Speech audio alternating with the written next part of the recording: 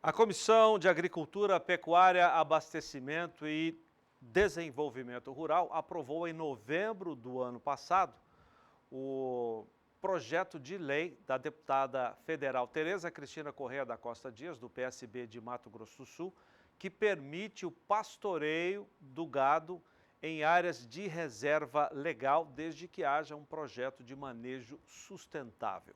Nós estamos com a autora do projeto aqui nos estúdios. Muito obrigado, deputada. É um prazer receber a senhora aqui no Pecuária BR.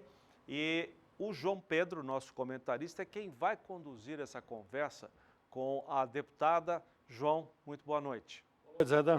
Deputada, o seu projeto vai marcar um tentos a hora que for colocado em execução, que a razão vai ser o principal fator, não a emoção de definir as questões ambientais no Brasil. Em que situação se encontra nesse momento esse projeto que vai permitir que o produtor rural use a sua reserva legal, quando ela tem pasto, é lógico, para ser pastoreado, ao invés de ficar aquela massa seca de capim na época da seca, virar um convite para um incêndio de formas catastróficas, muitas vezes. É verdade. Boa tarde, João Pedro, boa tarde, Zaidan, é um prazer aqui estar com vocês para falar desse projeto que eu tenho muito orgulho dele. Esse projeto até não foi ideia minha. Esse projeto, quando eu me elegi, o ex-senador Rubem Figueiró, um dia me mandou um bilhetinho, ele gosta de uns bilhetinhos, deputada, tem um projeto muito interessante, que é esse projeto de poder utilizar as áreas de reserva legal. Eu dei uma olhada no projeto, achei o projeto muito interessante e já sofri na pele isso aqui. Porque a gente sabe que quem tem Pantanal, e mesmo aqui em cima da serra, quem tem a macega que nasce embaixo da reserva legal, é um convite ao incêndio nas épocas secas. Raio, uma fagulha do trator que passa, enfim, eu já vi incêndios monumentais lá no Pantanal, que nós tínhamos lá em Sonora, por uma fagulha que caiu numa área de reserva, enfim, depois não se controla. É muito difícil de controlar, né? Exatamente. E aí ele me deu esse projeto, eu achei muito interessante, falei, não, o senhor fica tranquilo que eu vou fazer ele andar na casa. Coloquei o projeto, fiz algumas modificações, mas pouca coisa, coloquei o projeto e o projeto andou e vem andando rapidamente. Eu estou muito animada, acho que até julho, se Deus quiser, se ele não emperrar no Senado, mas vou trabalhar lá firmemente para que em julho, ele chegando ao Senado, ele também seja colocado em regime de urgência, porque eu acho que é um projeto que traz muito benefício para a pecuária nacional. No Nordeste, então, depois eu não sabia, não conhecia a realidade do Nordeste, mas os meus colegas deputados, a grande maioria, falou, olha, isso para nós lá também é fundamental. Quando a senhora fala em termos no projeto que bastaria uma comunicação do produtor rural ao órgão ambiental ou a quem quer a quem tivesse condições de autorizar, parece que vai ser haver necessidade de solicitar uma autorização? Na verdade, a deputada Chérida, que é minha colega lá de Rondônia ou Roraima? Rondônia. Ela que foi a relatora e ela colocou que você precisa fazer um estudo de impacto ambiental. Então, na verdade, não é um estudo aprofundado, mas é você demonstrar que você tem a área que ele tem capim. Eu acho que aí, na regulamentação dele, é que nós não podemos dificultar muito. É claro que precisa existir uma comunicação e nesse primeiro talvez fazer um projetinho mais ou menos da época em que essa reserva será usada e de quantos animais você pode colocar, porque de forma nenhuma esse projeto quer trazer problemas para o meio ambiente, ao contrário, ele quer ajudar o meio ambiente, a sustentabilidade. E nós vamos estar mudando um artigo da Lei 12.651, que é o Código Florestal Brasileiro. Então, eu acho que ele vai ficar, nós vamos discutir isso aí, mas eu acho que isso aí, hoje está havendo uma compreensão diferente. Aliás, você falou isso aí. Hoje nós estamos tratando isso com a razão, e não com a emoção e com um viés, né, raivoso, ideológico contra o agronegócio, que infelizmente ainda existe muito nas áreas urbanas e lá dentro do próprio Congresso Nacional. Outra coisa, que aproveitar que o senhor está aqui conosco, nós aqui sempre estamos comentando a respeito dos compromissos que o Brasil assumiu na COP22. Todos os compromissos são no meio rural, praticamente, a maior parte deles. Ou seja, 5 milhões de hectares de área de integração, 12 milhões de criação de reserva legal, de matas ciliares, etc. 15 milhões de hectares de pastagem degradada. Só que a conta disso aí, a hora que se calcula, os órgãos que estão mexendo, chega a 60, 70 bilhões de reais. Isso estará muito, grande parte dessas áreas seria na área de pecuária. O pecuarista vem há 2 anos sofrendo uma redução real no preço do seu produto, do seu boi, da sua vaca gorda, agora esse ano do bezerro, do gado magro. Não haveria alternativas para haver uma contrapartida da sociedade para que fosse cumprido essa programação, esses compromissos que o Brasil assumiu, já que fica uma conta pesada para o pecuarista? Aliás, o ministro Blairo falou isso com muita propriedade outro dia. Na hora de ir lá fora mostrar os grandes projetos e o que o Brasil vem fazendo, que, aliás, o brasileiro precisa ter essa compreensão, porque nós brasileiros entregamos para o mundo muito mais na sustentabilidade do meio ambiente do que o resto do mundo. Só que aqui nós temos uma mania de dizer que nós não fazemos, que nós somos os piores, nós temos uma não é vitimização, nós gostamos de dizer que nós não somos bons, né? Mas tudo tem custo. Então, tudo foi feito em cima, a grande maioria dos projetos, na agropecuária, e principalmente na pecuária, como você está dizendo. Eu acho que o governo, isso tem que ser um programa de Estado, não é um problema de governo, e o Estado brasileiro tem que saber o seguinte, para cumprir tem custo. Como é que nós vamos remunerar quem já faz essa proteção do meio ambiente, mas que agora, além de proteger o que já tem, nós precisamos ainda reincorporar algumas áreas degradadas e algumas áreas que precisam ser recuperadas.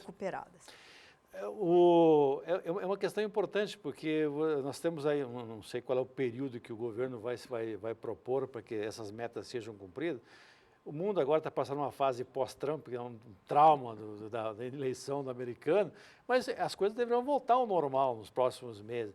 Aí o Brasil está preparado. E a grande questão, deputado, que o pequeno e o médio criador, especialmente na área de pecuária, é os que mais têm dificuldade para fazer isso. Aqui no Brasil você tem hoje uma pesquisa excepcional, você tem uma Embrapa, universidades, fundações, mas que os resultados não chegam nessa grande maioria. Se você só for olhar hoje o número de propriedades rurais no Brasil, mais de 3,5 milhões, não consegue gerar um salário mínimo por adulto que está lá na propriedade.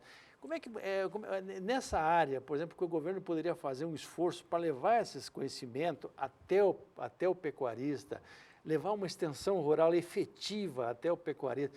Há algum movimento no Congresso no sentido de se criar, de se articular para que haja esse processo?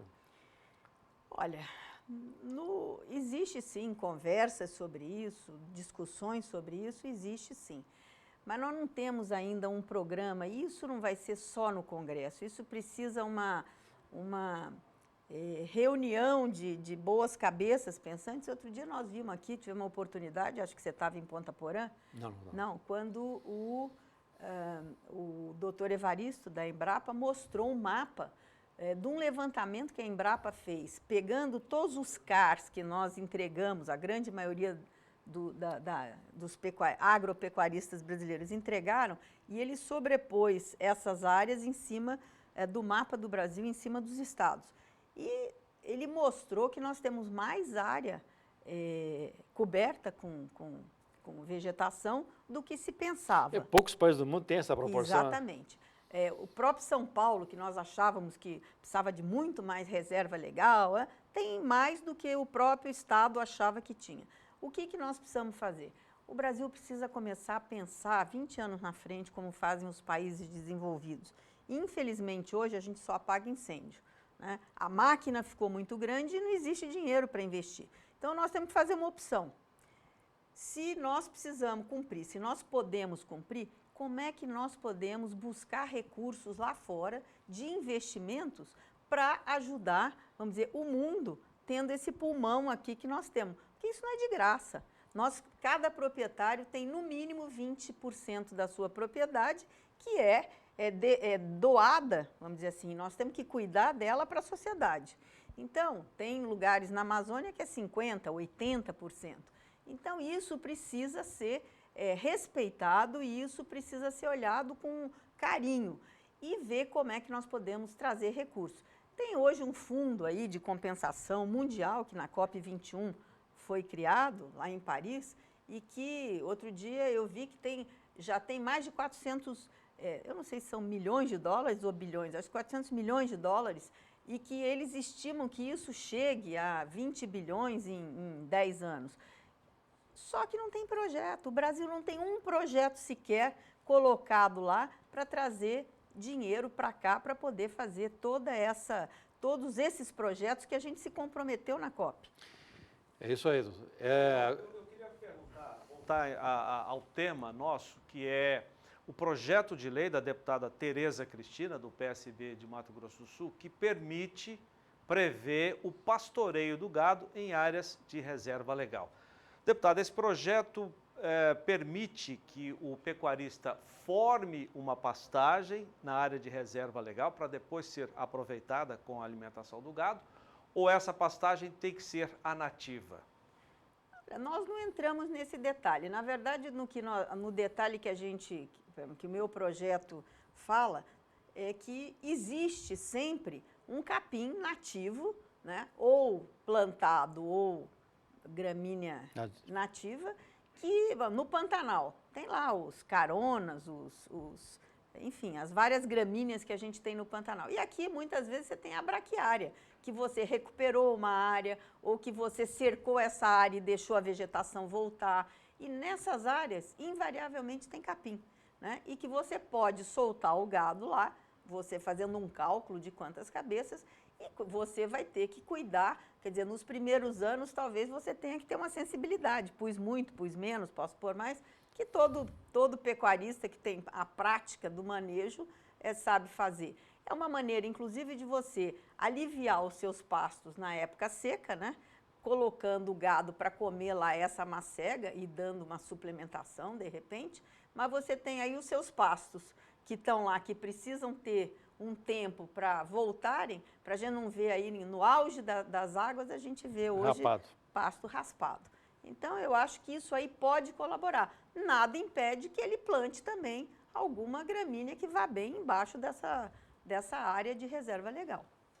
Queria agradecer primeiro João Pedro, obrigado, e a deputada Tereza Cristina Correia da Costa Dias, do PSB de Mato Grosso do Sul, pela entrevista, gentilmente vem aqui aos nossos estúdios para dar esclarecimento sobre esse projeto, que eu repito, está caminhando bem até agora, foi aprovado na Comissão de Agricultura, Pecuária, Abastecimento e Desenvolvimento Rural, isso foi aprovado em novembro.